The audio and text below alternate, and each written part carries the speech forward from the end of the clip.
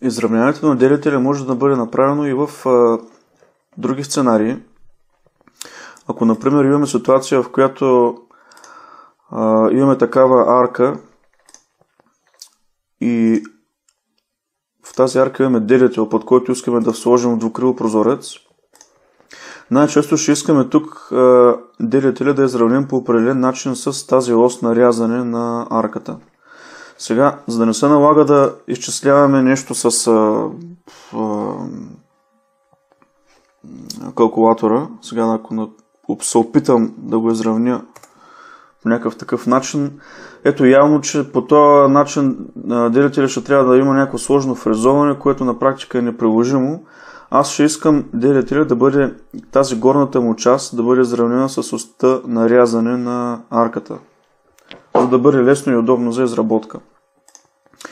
Какво ще направя за случая? Ето по тази точка ще изравня една от осите на делителя с този бутон изравняване на ъгъла на делителя. Какво ми предлага RAW Workshop?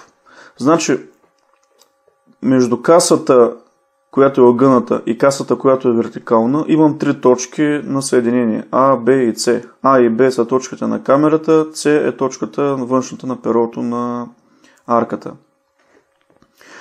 Делителят от своя страна е разделен на неговите си оси 1, 2, 3, 4 и 5, като първата ос е външното перо, втората ос е фалца или там камерата, третата ос е централната и по същия начин четвърта и пета надолу.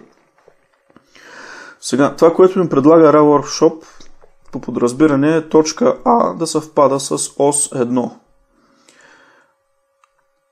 Ако искам, мога да направя ос 2 да съвпада с точка А или пък с точка С. Нека да го направим.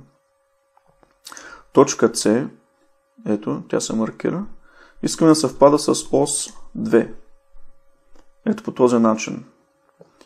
Нека да видим как ще изглежда това. Ами ето какво се получи. Автоматично RAW Workshop напасна делителя така, че клетката му тук, нали, която е на камерата, съвпада с тази ос.